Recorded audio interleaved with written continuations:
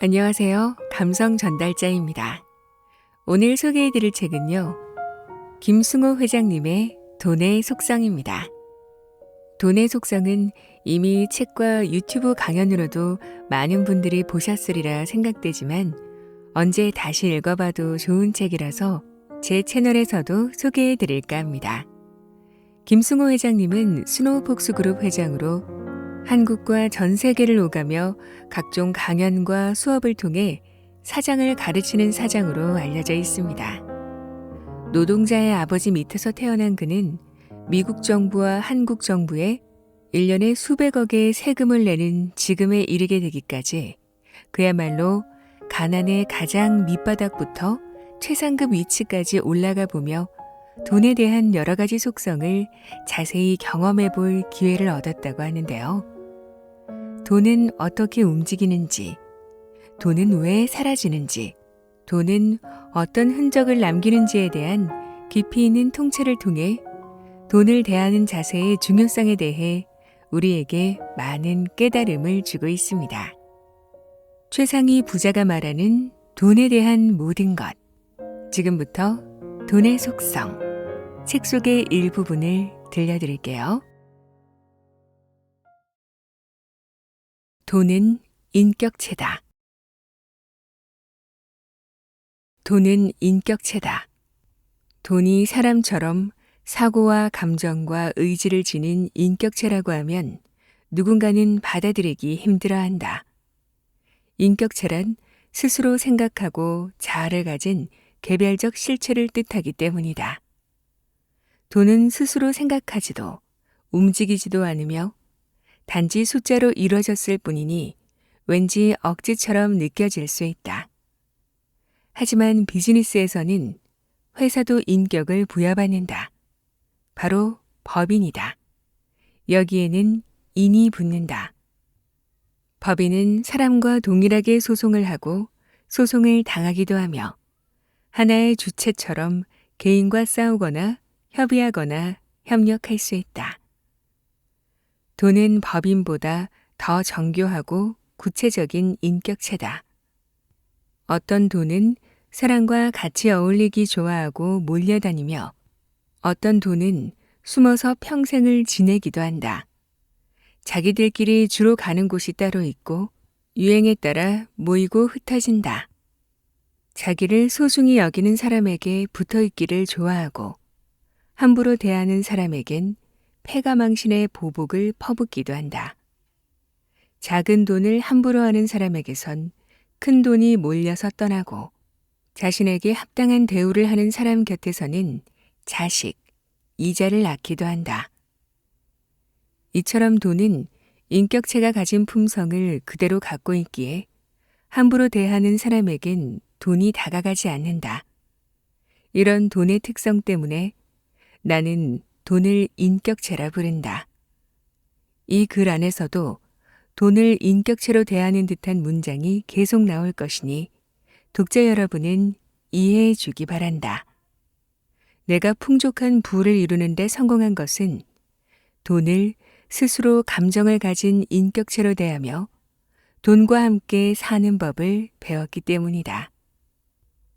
돈을 너무 사랑해서 집안에만 가둬놓으면 기회만 있으면 나가려고 할 것이고 다른 돈에게 주인이 구두쇠니 오지 마라 할 것이다. 자신을 존중해 주지 않는 사람을 부자가 되게 하는데 협조도 하지 않는다.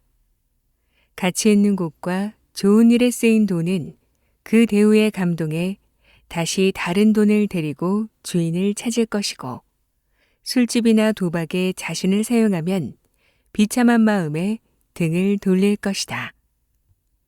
돈은 감정을 가진 실체라서 사랑하되 지나치면 안 되고 품을 때 품더라도 가야 할 땐 보내줘야 하며 절대로 무시하거나 함부로 대해서는 안 된다. 오히려 존중하고 감사해야 한다. 이런 마음을 가진 사람에게 돈은 항상 기회를 주고 다가오고 보호하려 한다. 돈은 당신을 언제든 지켜보고 있다. 다행히 돈은 뒤끝이 없어서 과거 행동에 상관없이 오늘부터 자신을 존중해주면 모든 것을 잊고 당신을 존중해 줄 것이다. 돈을 인격체로 받아들이고 깊은 우정을 나눈 친구처럼 대하면 된다. 그렇게 마음먹은 순간 돈에 대한 태도는 완전히 바뀌기 시작한다. 작은 돈을 절대로 함부로 하지 않게 되고 큰 돈은 마땅히 보내야 할 곳에 보내주게 된다. 사치하거나 허세를 부리기 위해 친구를 이용하지 않고 좋은 곳에 친구를 데려다 주려 할 것이기 때문이다. 품 안의 돈을 기품 있는 곳에 사용하며 사랑하는 사람과 보호해야 할 가치가 있는 곳에 사용할 것이다. 이를 지켜보고 있는 돈도 더 많은 친구들을 옆에 불러들일 것이다.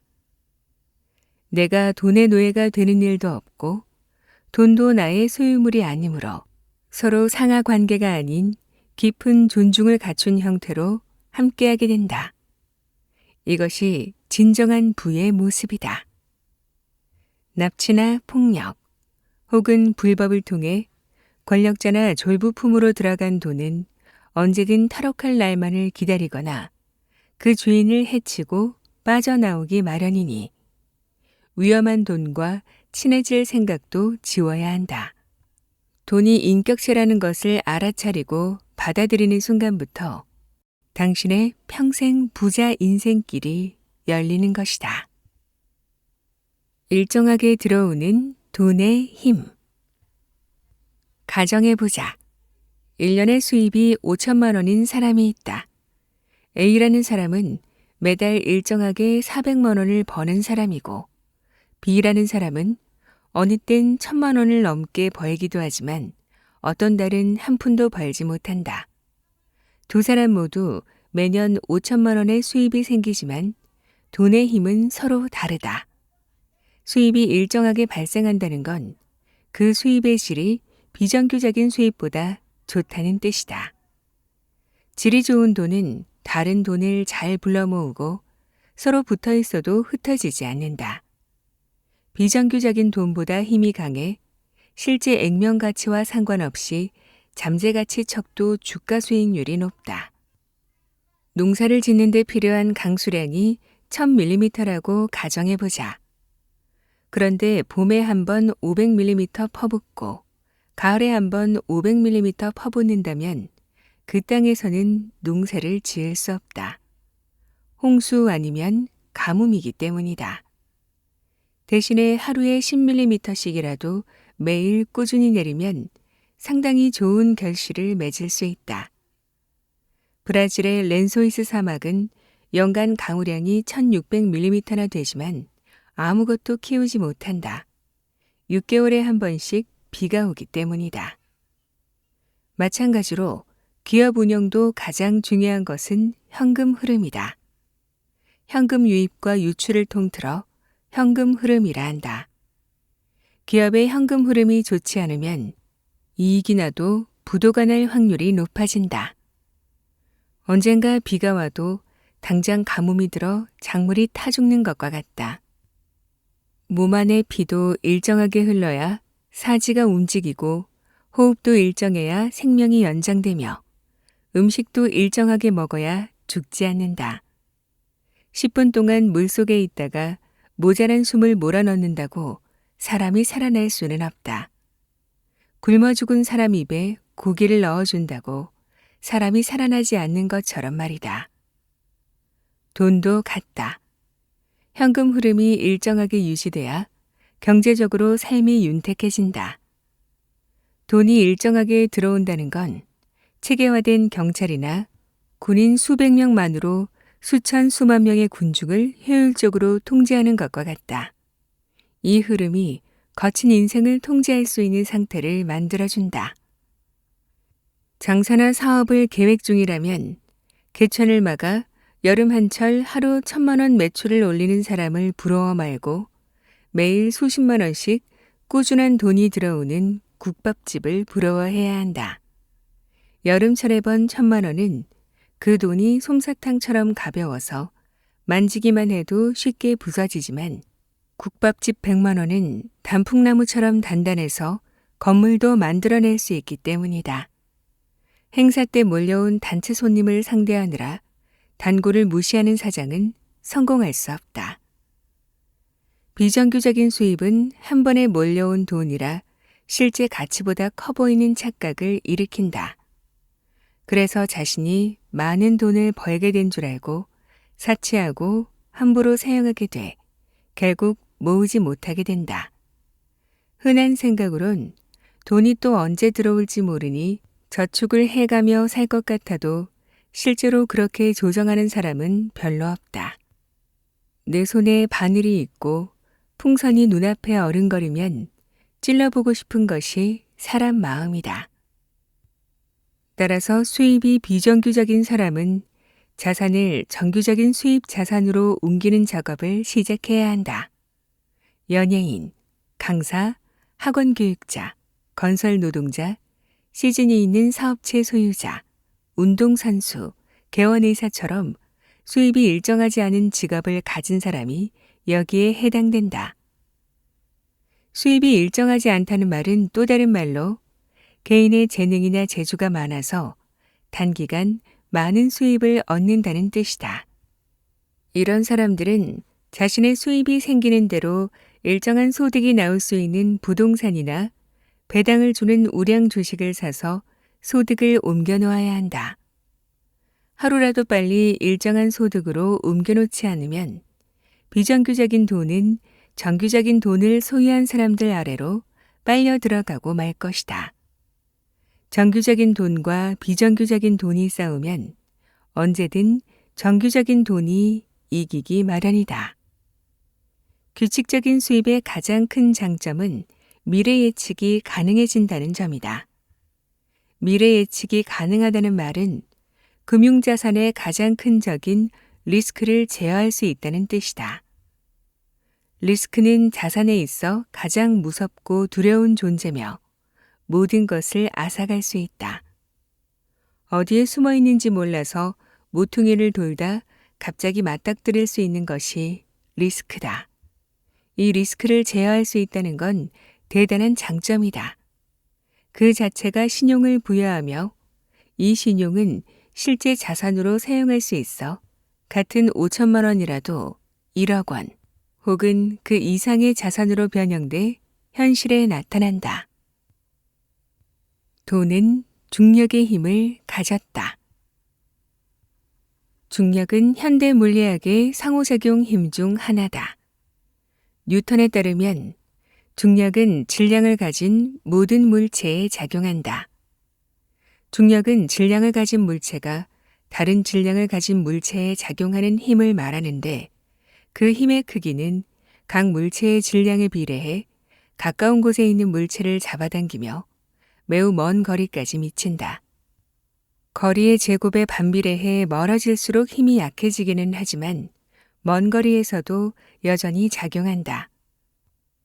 지구에 살고 있는 우리는 중력의 거대한 힘을 못 느껴도 지구를 벗어나려는 우주선은 시속 4만 킬로미터의 속도로 날아야 겨우 지구의 중력권을 벗어날 수 있다. 우주 위를 날아다니는 별똥별을 지구로 끌어들이는 것도 중력의 힘이다. 지구는 달보다 무겁기에 더 강한 중력을 가지고 있고 태양은 지구보다 더 크고 무거워서 더 멀리까지 그 중력의 영향력을 행사한다. 눈으로 확인할 수 있는 이 영향력의 경계가 태양계다. 신기한 건 돈도 이 중력과 같은 작용을 한다는 것이다. 돈은 다른 돈에게 영향을 주며 그 돈의 액수가 크면 클수록 다른 돈에 영향을 준다. 돈은 가까이 있는 돈을 잡아당기는 능력이 있으며 주변 돈에 영향을 준다. 돈이 중력과 같이 작용하는 원리를 잘 이용하면 누구나 아무리 작은 돈이라도 큰 돈으로 만들어낼 수 있다. 누군가가 10억이라는 돈을 모으기로 마음먹었다고 하자. 10억 원은 300만 원을 받는 급여 생활자가 한 푼도 쓰지 않고 모아도 27년이 걸리는 금액이다. 엄청나게 긴 시간이고 힘든 일이다. 그나마 전액을 저축했을 경우의 이야기다. 투자를 한 경우라도 한 푼도 잃지 않았을 때 이야기다. 급여의 50%를 저축했다면 50년이 지나야 모을 수 있는 돈이다. 하지만 돈의 중력을 이해하면 이야기가 달라진다. 이 세상에 큰 돈을 가진 사람 중 누구도 그런 식으로 돈을 모으지 않는다. 또한 돈을 이렇게 움직이지도 않는다. 먼저 10억을 모으기 위해서는 1억 원이 필요하다. 그리고 1억 원을 모으기 위해서는 1,000만 원이 필요하다. 그 1,000만 원은 매월 100만 원 혹은 그 이상을 저축하는 것으로 시작된다. 1년을 잘 모아서 1,000만 원을 모았다고 가정하자. 이 1,000만 원을 모으기 위한 노력을 100으로 가정하자. 다음 1,000만 원을 모으기 위해 들이는 노력은 처음 1,000만 원을 모으기 위해 들어간 노력 100보다 낮아진다. 왜냐하면 이미 처음 만들어 놓은 1,000만 원이 이자나 투자를 통해 자체 자본을 만들고 있기 때문이다.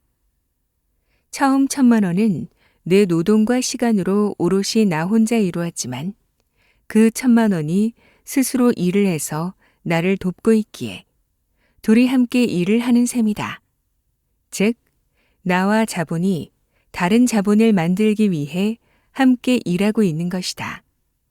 그러므로 두 번째 1,000만 원을 모으기 위한 노력 수치는 95 정도라고 볼 수 있다. 이런 수치는 두 번째 1,000만 원을 모으고 세 번째 1,000만 원을 모을수록 점점 작아진다.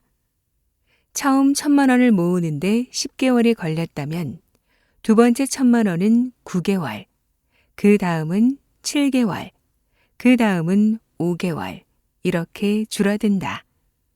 처음 1,000만 원을 모으기 위해 100을 노력했다면 1억 원이 되는 마지막 1,000만 원은 불과 20 혹은 30 정도의 힘으로 만들어진다.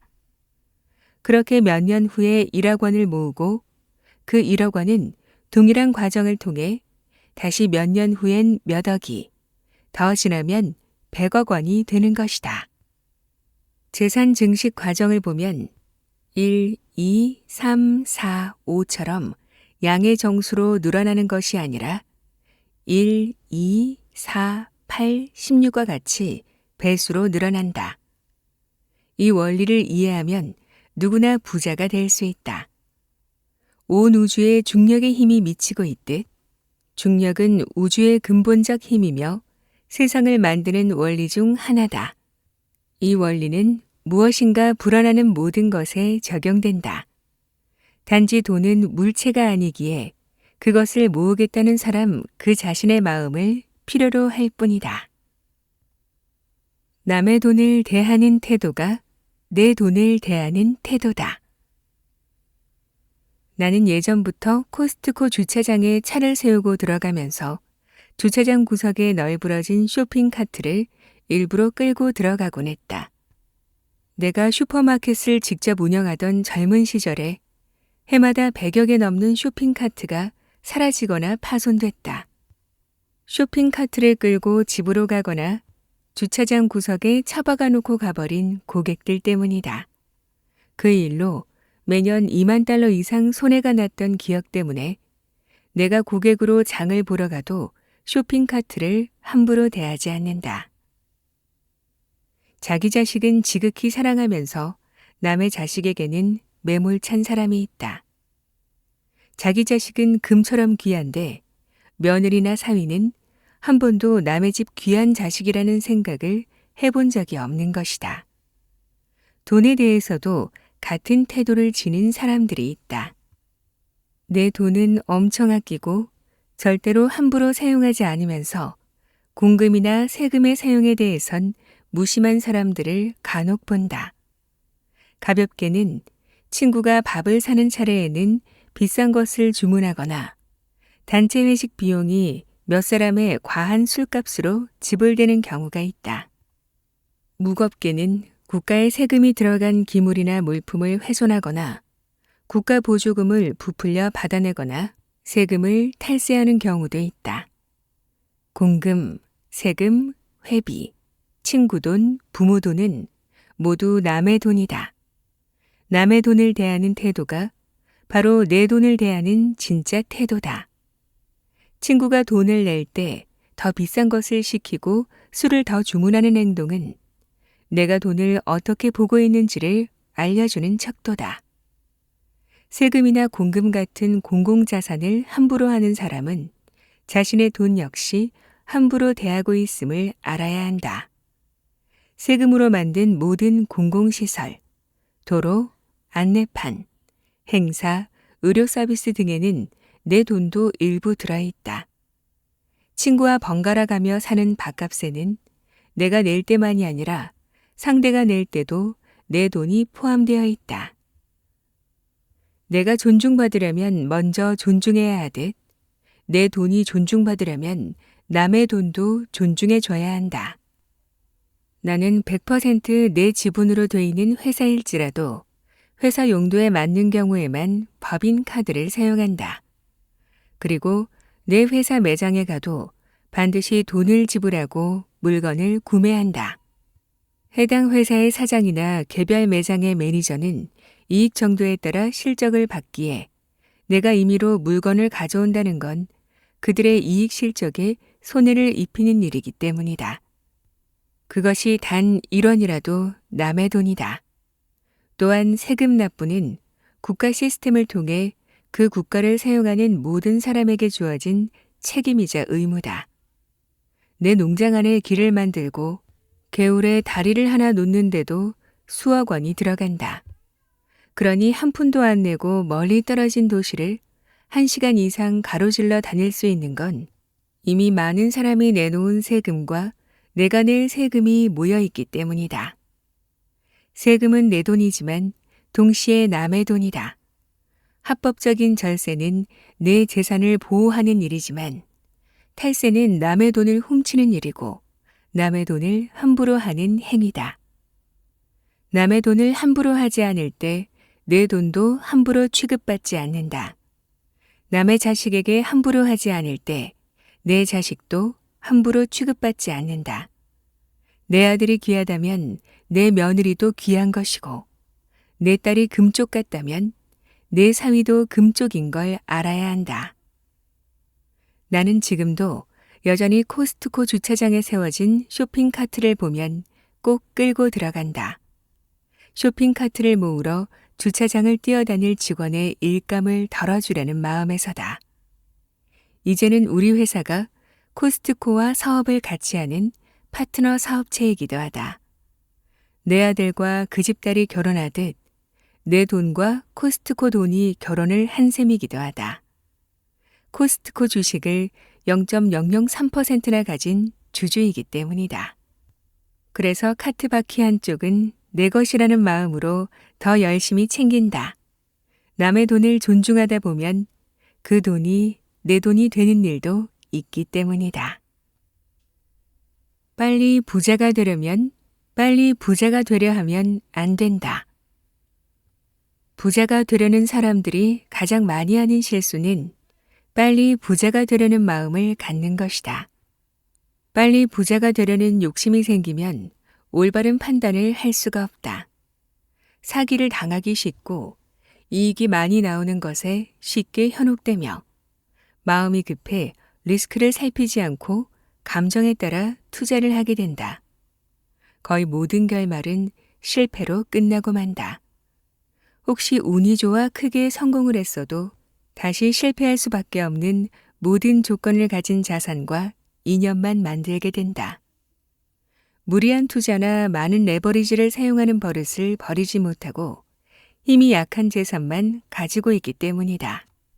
이런 실패를 통해서도 배우지 못한 사람들은 늦춰진 부자의 길을 앞지르기 위해 점점 더 무리한 투자나 허망한 꿈만 쫓다 끝내 절망하고 세상을 원망하며 고약한 사람으로 인생을 마무리하게 마련이다.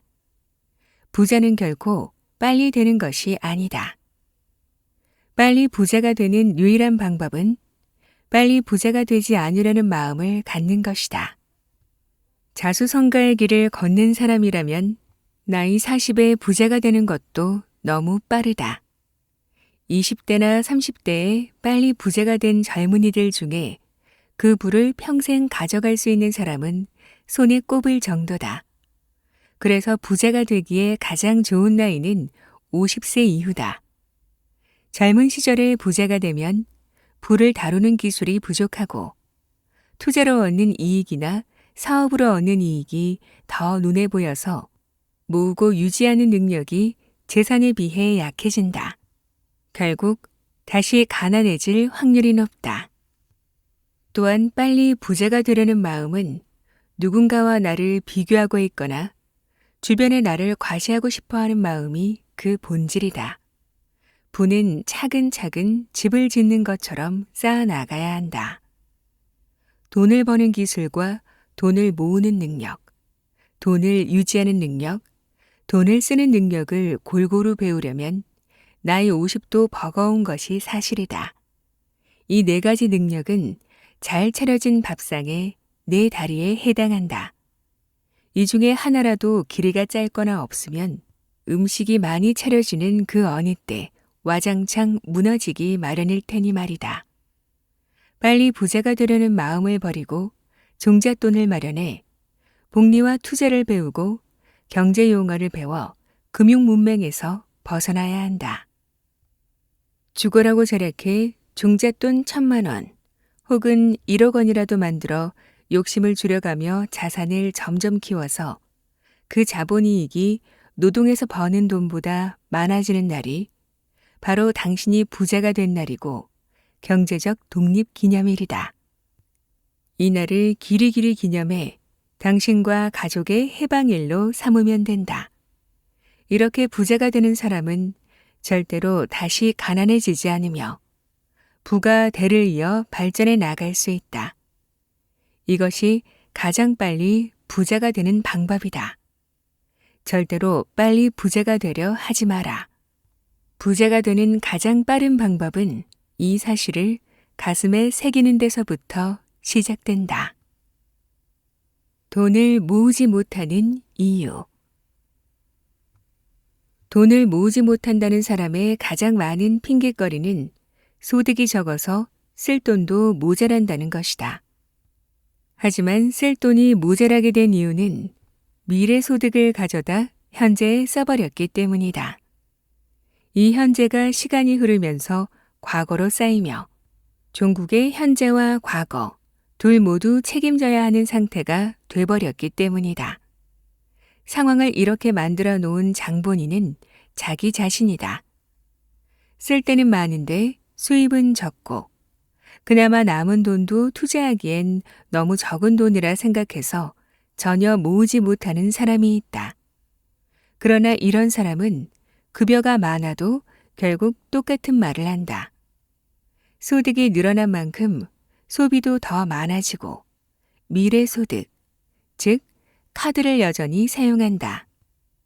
급여가 아주 많거나 사업으로 큰 돈을 벌어도 여전히 똑같은 사람들이 많은 것을 보면 이건 수입 규모가 아니라 생활 태도의 문제다. 음식과 주거가 해결되지 못할 정도로 가난한 상태가 아니라면 누구든 저축을 하고 재산을 모아 투자도 해서 부자가 될 수 있다. 단언컨대 신용카드를 사용하는 사람, 물건을 부주의하게 매번 잃어버리는 사람, 작은 돈을 우습게 하는 사람, 저축을 하지 않는 사람, 투자에 대해 이해가 없는 사람은 절대 부자가 되지 못한다. 부는 그런 사람에게 우연히 들렀어도 순식간에 돌아서서 나온다. 절대로 미래 소득을 가져다 현재에 쓰면 안 된다. 신용카드를 잘라버리고 직불카드를 사용해야 한다. 신용카드사에서 주는 포인트는 잊어버려라. 그건 신용카드사가 그냥 선물로 주는 것이 아니다. 포인트의 핵심은 더 사용하기와 포인트 수집용 구매다. 포인트를 모은다는 장점을 이용해서 필요 없는 소비를 늘리고 포인트를 얻기 위해 구매하는 방식으로 소비자를 현혹한다. 이는 마치 달걀을 얻기 위해 암탉을 죽이는 것과 같다. 지금 당장 현금이 없어도 미래 소득으로 구매가 가능하다는 이유로 그깟 몇 프로 안 되는 포인트를 적립받기 위해 소비의 경계를 무너뜨리고 만다. 이때 가장 흔한 변명은 어차피 사야 할 물건이니 포인트를 얻으면 영리한 것 아니냐는 논리다. 그러나 이 논리가 맞다면 카드사는 포인트 적립 시스템을 이미 없애버렸을 것이다. 카드 사용을 중지하고 이번 달부터 직불 카드나 현금을 사용해 보면 불필요한 지출이 현저하게 줄어드는 것이 보인다. 실제로 더 많은 이익을 보게 된다. 10,000원 가치의 포인트를 모으려면 100만 원의 소비가 일어나야 하고 그 중에 몇십만 원은 필요 없는 지출이다. 카드 사용은 정말 어리석은 짓이다. 물건을 부주의하게 다루는 사람도 절대 부자가 되지 못한다. 물건이나 상품이 무생물이라는 생각에 함부로 다룬다. 그러나 모든 물건은 자연에서 나온 재료와 인간의 시간이 합쳐져 생겨난 생명 부산물이다. 모두 생명에서 온 것이다. 오랫동안 쓰는 물건이나 밖으로 가지고 다니는 물건에는 예쁜 스티커나 레이블 머신을 이용해 자기 이름을 붙여놓는 것이 좋다. 주인의 이름을 단 물건은 그 순간 생명을 가진다. 설령 잃어버려도 꾸역꾸역 주인을 찾아온다. 집안에 가져올 땐 정해진 자리에 놓고 사용 후에 청소나 관리가 필요한 물건은 즉시 닦아서 손상을 막고 가끔씩 쓰거나 계절마다 쓰는 제품은 정갈하게 포장해서 먼지가 닿지 않고 언제든 다시 쓸 수 있도록 관리해야 한다. 부는 물건이라도 존중하는 사람에게 붙는다. 재물의 형태는 결국 물건이기 때문이다.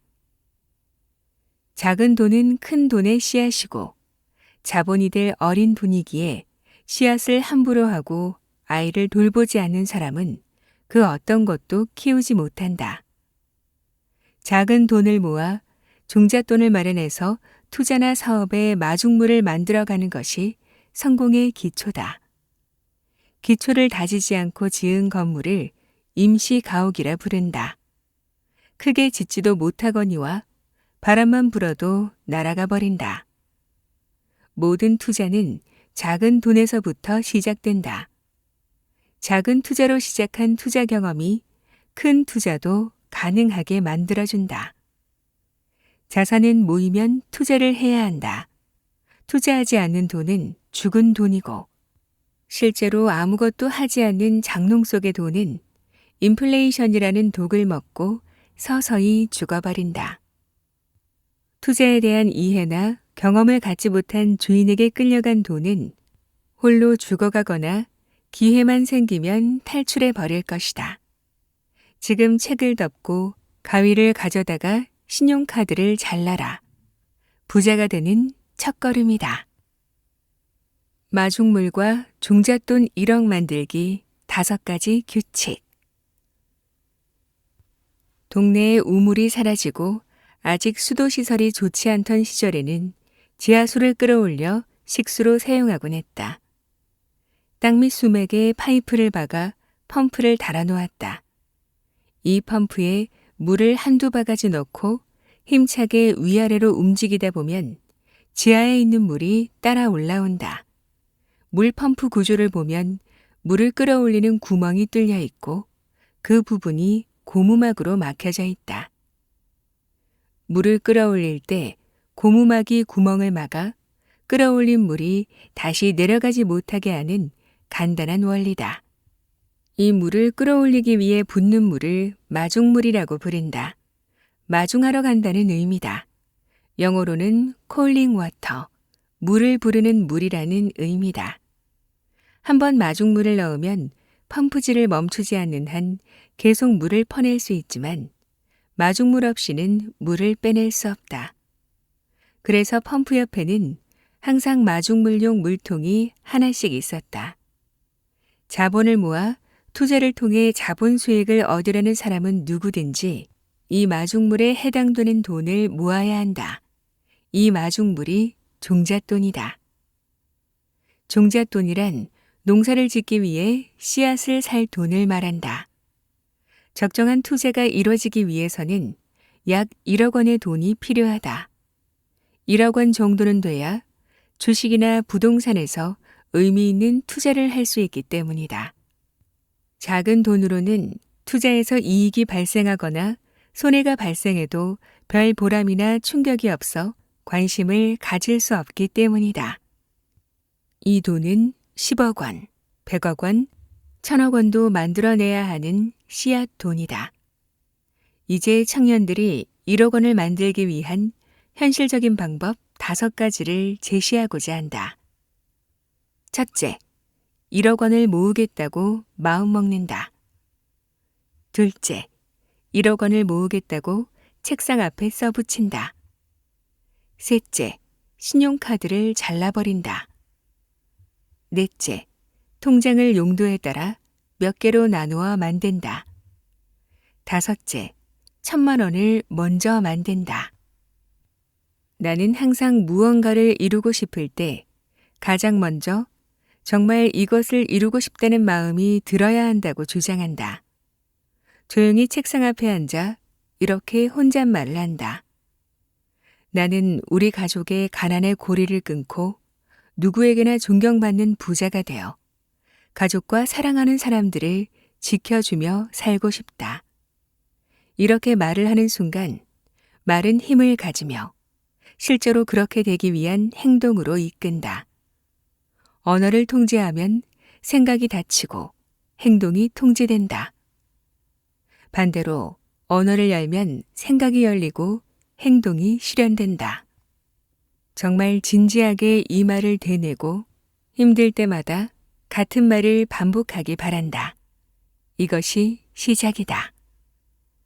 첫 번째 행동을 마쳤으면 나는 1억 원을 모으겠다라고 손으로 직접 적어서 책상 앞에 잘 보이는 곳에 붙여놓는다.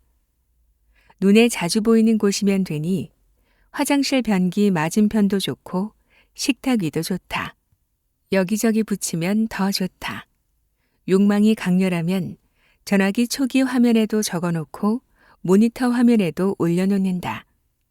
누가 봐도 상관없다. 내 욕망을 이해하고 응원하는 사람이 많으면 더 쉽게 이뤄진다. 조롱하는 사람들이 있어도 상관없다. 조롱을 미리 받아보는 연습도 필요하다. 부를 만들고 유지하는 과정에서 어차피 조롱은 수시로 받기 때문이다. 이런 조롱이나 비난은 부가 범접할 수 없는 경지로 올라서면 그때야 좀 줄어들 테니 무시하고 여기저기 붙여놓으라. 두 번째 제안이 끝났다. 사실은 이 2가지 제안이 다음 3번째 제안에 비해 쉬운 것 같아도 가장 어려운 일이다. 사람의 마음을 바꾸는 일이 행동을 하는 일보다 힘들기 때문이다. 부자가 되지 못한 사람 중 대부분은 능력이나 기회 혹은 종잣돈이 없는 사람이 아니라 부자가 되겠다는 실체적 욕심이 없는 사람이다. 3번째 제안을 이행하기 위해서는 도구가 필요하다. 가위를 가져와서 신용카드를 잘라버린다. 부자가 되기 위한 첫 번째 선결 조건은 복리를 내 편으로 만드는 일이다. 그런데 신용카드는 복리의 적이다. 복리가 내 목을 조르고 번번이 회방을 놓는다. 그러니 복리를 내 친구이자 나의 조력자로 만들기 위해 가장 먼저 카드를 잘라내라. 복리가 내 편이 되면 모든 돈이 따라올 준비가 된 것이다. 이제 현금만 가지고 다니거나 체크카드로 써야 한다. 동전이 딸랑거리는 것도 불편하고 체크카드를 쓰려니 잔고가 없을 수 있다. 걱정 마라. 조금만 고생하면 복리가 와서 도와줄 것이니 참고 견뎌야 한다. 한두 달을 정말 거지처럼 살아도 약물 중독에서 벗어나듯 미래 소득이 아닌 현재 소득으로 사는 위치로 옮겨와야 한다. 4번째는 통장을 여러 개 만드는 일이다. 통장 하나에서 공과금이나 생활비 등을 모두 넣지 말고 통장을 추가로 서너 개 더 만들어 하나는 정규적인 생활비만 지출하는 통장을 만들어라. 이 통장에는 월세, 전화비, 교통비 같은 필수 생활비만 쪼개서 넣어 놓는다. 다른 통장에는 밥값, 커피값 등 여유자금으로 책정한 돈을 넣는다. 이 돈은 월초에 정해서 넣어 놓고 중간에 모두 소진한 경우에도 다른 통장에서 옮겨오거나 빌려오면 안 된다. 그리고 저축을 위한 통장도 따로 하나 만든다. 이렇게 개인 예산에 맞춰 각각 통장을 만든다. 만약 이것이 귀찮고 불편하면 돈을 현금으로 찾아다 편지 봉투에 일일이 나눠 담으면 된다. 어쩌면 이 일은 번거롭고 통장을 만들기 위해 돈이 들어갈 수도 있다. 그래도 해야 한다. 해야 하는 이유는 명확하다. 국가나 기업을 운영하면 예산 편성을 한다. 한 해 수입과 지출을 예측하고 어느 부분에 얼마만큼의 예산을 책정할지 구분해서 나눠 놓는다.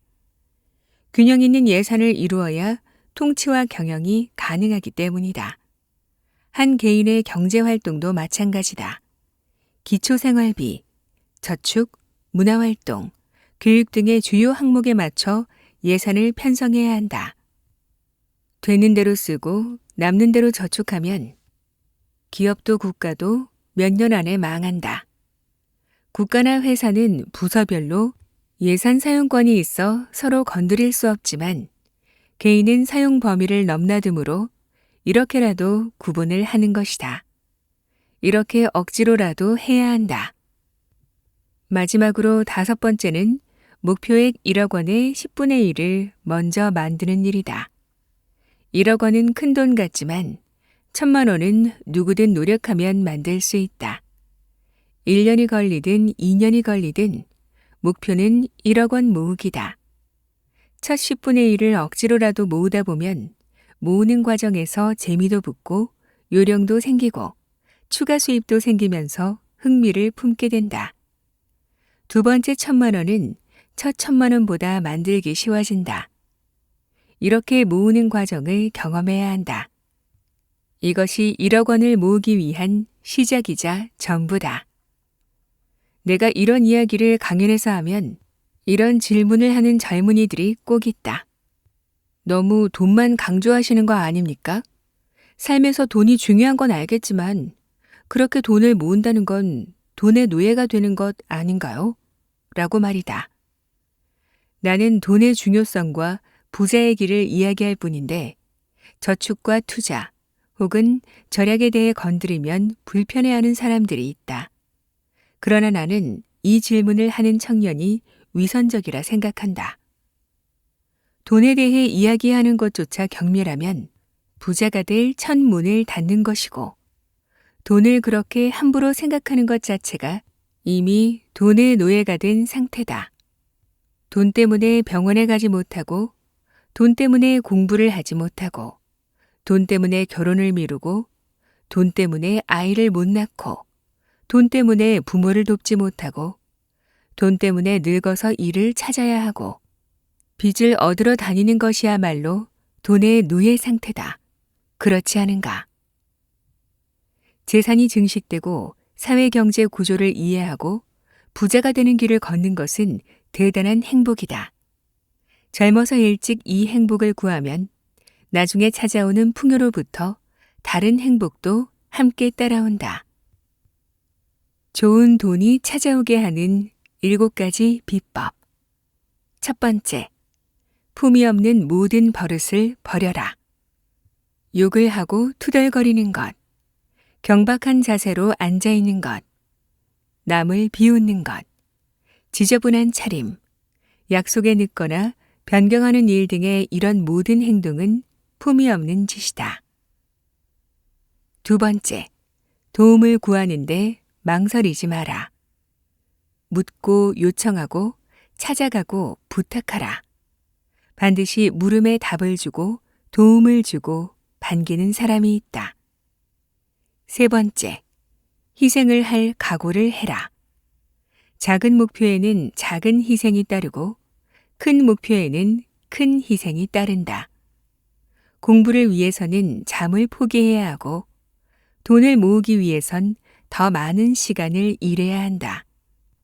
네 번째, 기록하고 정리하라. 투자 내역, 정보, 갑자기 생각난 아이디어, 명함, 사이트 아모드, 구매 기록 등을 모두 정리하거나 기억하라. 이것은 재산이며 동시에 당신을 보호한다. 다섯 번째, 장기 목표를 가져라. 산을 오르려면 봉우리가 보여야 한다. 즉각적인 자극에 유혹당하지 말고 평생 지킬 만한 가치를 찾아라. 여섯 번째, 제발 모두에게 사랑받을 생각을 버려라. 눈치 보지 말고 비난에 의연하고 무리와 어울리는 것에 목숨을 걸지 마라. 진정한 친구는 2명도 많고 가족의 지지가 모든 것의 기초다. 부정적인 사람과 결별하고 당신보다 나은 사람들과 어울려라. 일곱 번째, 시간이 많다고 생각하지 마라. 투자는 지금도 늦었고 저절로 수고 없이 느는 것은 나이밖에 없다. 한 살이라도 젊어서 투자하면 한 살이라도 어릴 때 부자가 된다. 부의 속성. 열심히 산다고 돈을 많이 버는 것이 아니다. 돈을 많이 번다고 부자가 되지도 못한다. 부자가 된다고 행복해지는 것도 아니다. 부는 삶의 목적이 아니라 도구다. 열심히 산다고 모두 부자가 되었다면 이 세상은 이미 공평하게 모두가 부자가 되었을 것이다. 우리 부모님은 정말 열심히 사신 분들이지만 부자로 은퇴하지 못했다. 열심히 살면 먹고 사는 문제는 해결될 수 있겠지만 정말 부자가 되기 위해서는 열심히 사는 것만으로는 부족하다. 그 이유는 방향성이 옳지 않기 때문이다. 열심히 사는 사람들은 부지런함이 모든 것을 해결해 주는 줄 알고 있다. 일의 양을 늘려 부자가 되려 하지만 일과 저축을 통해 부자가 되는 데에는 한계가 있다. 자산이 스스로 일하게 만드는 법을 배우지 못하고 투자나 시장의 돈이 움직이는 것에 신경을 쓰지 못한다. 너무 일이 많고 바쁘기 때문이다. 돈을 모으는 방법도 모아놓은 돈을 불리는 방법도 배우지 못하고 다른 자산이 올라가는 동안 집 한 채 겨우겨우 마련하고 인생이 끝나버린다. 열심히 일한 죄밖에 없다. 돈을 많이 번다고 부자가 되는 것도 아니다. 부자가 되기 위해서는 버는 돈보다 쓰는 돈을 잘 관리해야 한다. 씀씀이가 크고 사치가 늘면 더 많은 돈을 벌어야 하지만 급여와 달리 많이 버는 돈은 일정한 수입이 아닌 경우가 많다. 수입이 줄어도 씀씀이는 줄이지 못하니 수입은 모두 지출이 된다. 자산은 줄어들기 마련이다. 부자는 수입 규모에서 나오는 게 아니라 지출 관리에서 나온다. 작은 돈을 함부로 하지 말고 정기적인 지출을 모두 줄여야 한다. 수입 중에서 가장 좋은 수입은 정기적으로 들어오는 돈이고 가장 나쁜 지출은 정기적으로 나가는 돈이다. 매달 자동이체로 나가는 돈은 아무리 사소해도 줄여야 한다. 한 달에 10만 원에 속지 마라. 그 10만 원짜리 뒤에 줄줄이 36개가 달려있기 마련이다. 3년 계약 360만 원짜리가 10만 원씩 나갈 뿐이다. 부자가 된다고 행복한 것도 아니다. 지킬 것이 많아져 불안하고 걱정이 많아진다. 더 큰 부자를 보면 초라해지고 가난한 사람을 보면 한숨이 난다. 은행에서 지점장이 인사를 안 하면 화가 나고 줄 서서 기다리면 짜증이 난다. 가족은 돈을 쓸 때만 모이고 친척들은 갚지도 못할 돈을 빌려달라 떼를 쓴다. 부자의 재산 중에 부정한 수입이나 빼앗은 돈이 들어있으면 집안을 어지럽힌다. 세금을 착복한 돈은 흉기가 되고 뜻하지 않게 번 돈은 자랑하다 사라질 운명이다. 질이 좋지 않은 돈은 주인을 해칠 수 있다. 항상 좋은 돈을 벌어 자신은 절제하고 아랫사람에겐 너그러워야 한다. 환경미화원, 기사, 식당 직원이나 편의점 알바에게도 항상 감사하는 마음을 가져야 한다. 자신이 큰 부자일수록 세월과 사회에 더더욱 감사하는 마음을 가져야 한다. 작은 부자는 본인의 노력으로 가능하지만 큰 부자는 사회 구조와 행운이 만들어주기 때문이다. 도구가 목적을 해하지 않게 하려면 돈을 사랑하고 돈을 다룰 줄 알아야 한다. 돈을 진정 사랑하면 함부로 대하지 않고 지나친 사랑으로 올가매지도 않으며 항상 좋은 곳에 보내준다. 존중을 받지 못한 돈은 영영 떠나가고 사랑을 받을 돈은 다시 주인 품으로 돌아온다.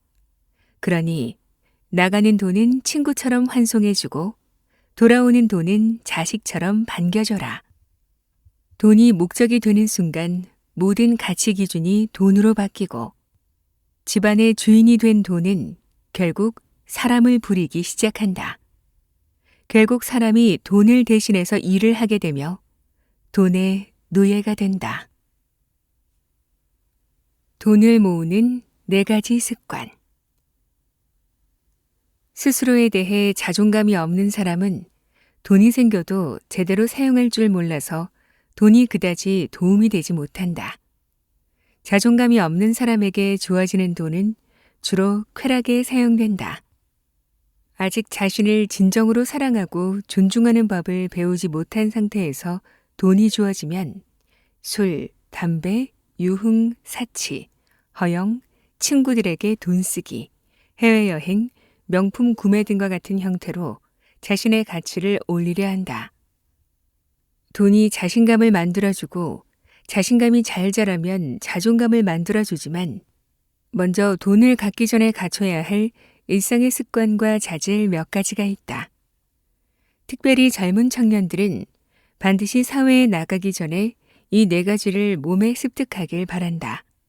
아직 습득하지 못한 기성인들에게는 경각심이 되길 바라는 마음이다. 이것의 핵심은 부자가 되기 전부터 부자의 태도와 습관을 미리 몸에 넣어놔서 언제든지 부가 찾아와도 당당하게 받을 수 있게 함에 있다. 이 4가지 습관은 부에 어울리는 사람이 되어 부가 빠져나가지 않고 항상 머물게 하는 효과를 갖게 한다. 다음 습관과 태도를 익히지 못한 상태에서 돈을 벌어오면 오히려 돈이 사람을 해칠 수 있다. 첫째, 일어나자마자 기지개를 켜라. 누워있는 상태에서 팔을 머리 위로 뻗어 2 손을 모으고 몸을 C자로 만들면서 좌우로 허리를 쭉 편다. 다음엔 침대에 걸터 앉아 다리를 똑바로 펴고 깍지 낀 손을 위로 올리고 아래 위로 허리를 편다. 기지개는 전신 스트레칭으로 근육의 이완과 수축을 돕는 행동이다. 기지개를 켜면 몸속 근육을 부드럽게 자극해 피로감을 빨리 해소할 수 있다. 기지개는 스트레칭의 한 방법으로 간단해도 전신 운동이다. 순간적으로 많은 공기를 폐에 확보하게 돼 많은 산소를 얻어낼 수 있다. 기지개는 아침에 온 세상과 나를 연결하는 행동이자 몸에 기를 얻는 행동이다. 동물들은 따로 운동을 하지 않아도 기지개를 켠다. 기지개는 모든 동물이 가진 몸의 자연스런 행위다. 기지개를 하고 일어나는 습관을 가지면 하루를 감사함과 당당함으로 맞이하게 된다. 인생에 또 새로 주어진 하루에 몸과 마음으로 인사를 드리는 것이 기지개다. 하루 시작부터 활력을 가진 사람이 되는 것이다. 둘째, 자고 일어난 이부자리를 잘 정리한다. 자신이 자고 일어난 자리를 정리하는 것은 삶에 대한 감사다. 음식과 잠자리는 삶의 질을 나타내는 가장 중요한 요소다. 편히 잠을 잘 수 있었음을 감사하며 잠자리에 대한 예의를 보여야 한다. 이불을 펼쳐서 털어내고 구겨진 베개를 바로하여 호텔 메이드가 정리해 준 것처럼 정리를 해놓는다. 엉클어진 잠자리로 저녁에 다시 들어가는 것은 자신을 모욕하는 일이고 매일 같은 짓을 반복한다는 것은 자신의 인생 전체를 조롱하는 일이다.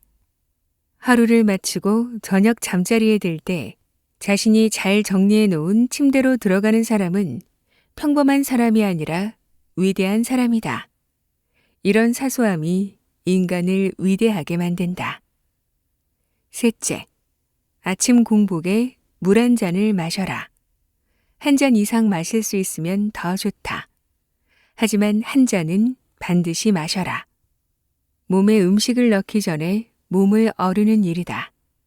자는 동안 폐, 피부 호흡을 통해 배출된 수분을 보충하고 걸쭉해진 혈액을 묽게 만든다. 장 운동을 촉진해 배변을 돕는다. 위장은 물론 두뇌 활동을 원활히 하는 뇌의 교감신경을 자극해 잠에서 깨어나게 하고 하루를 상쾌하게 시작할 수 있도록 도와준다. 이에 대한 장점을 현대의학 용어로 수도 없이 나열할 수 있다. 이는 인간의 모든 문화, 모든 시대에 걸친 수천 년의 지혜다. 넷째, 일정한 시간에 자고 일정한 시간에 일어나라. 만약 직업상 일정한 시간에 잠들 수 있는 상황이 아니라면 일정한 시간에 일어나는 것은 양보하지 마라. 해가 뜨기 전에 일어나고 해를 맞이하며 위에 설명한 지침을 매일 실천하기 바란다. 일정함이란 매우 중요한 덕목이다. 이를 통해 자신에겐 믿음이, 남들에겐 신용이 발생한다. 이런 사람은 가장 가까운 가족으로부터 신임을 얻는다. 이렇게 아침에 4가지만 꾸준히 잘하면 저절로 어깨와 허리가 펴지면서 사람이 커 보인다. 말과 행동이 일정해지고 식생활이 번잡해지지 않는다. 나이가 어려도 의젓하고 믿을만하다. 심지어 후배라도 존중을 받고 아랫사람이라도 리더로 보인다. 이때가 되어 돈을 벌기 시작하면 돈이 사람을 더 돋보이게 만든다. 이미 자리를 가려앉고 허명을 가려낼 줄 알아 사치나 자랑에 돈을 쓰지 않는다. 당연히 좋은 인연은 남고 나쁜 인연은 끊어져 버린다. 이 사소한 습관이 돈을 부르지는 않는다. 그러나 이 습관을 가진 사람에겐 한번 돈이 들어오면 절대 줄지 않는다. 돈은 새 신랑을 찾는 여자와 같다. 아침에 일어나 기지개를 켜고 이불을 정리하고 물 한 잔 마시는 일을 매일 아침마다 하는 남자를 보면 좋은 신랑감이라는 것을 안다. 사소한 행동 안에 그 사람의 인생 전체가 그대로 들어있기 때문이다. 당연히 그런 남자와 평생 인연을 맺으려 할 것이다. 돈은 감정을 가진 실체라서 사랑하되 지나치면 안 되고 품을 때 품더라도 보내줘야 하며 절대로 무시하거나 함부로 대하면 안 되는 인격체로 바라봐야 한다는 얘기가 너무도 새롭고 놀라우면서 돈에 대한 새로운 관점을 갖게 해주는데요. 일어나자마자 기지개를 켜고 이부자리를 정리하며 아침 공복에 물 한 잔을 마시고 일정한 시간에 자고 일어나는 것. 매일 아침 어렵지 않은 이 4가지 습관을 들인다면 부에 어울리는 사람이 되어 부가 빠져나가지 않고 항상 머물게 하는 효과를 갖게 한다고 하니까요. 오늘부터 한번 실천해 보면 어떨까요? 오늘도 끝까지 함께 해주셔서 감사합니다. 그럼 저는 또 좋은 책으로 찾아뵐게요.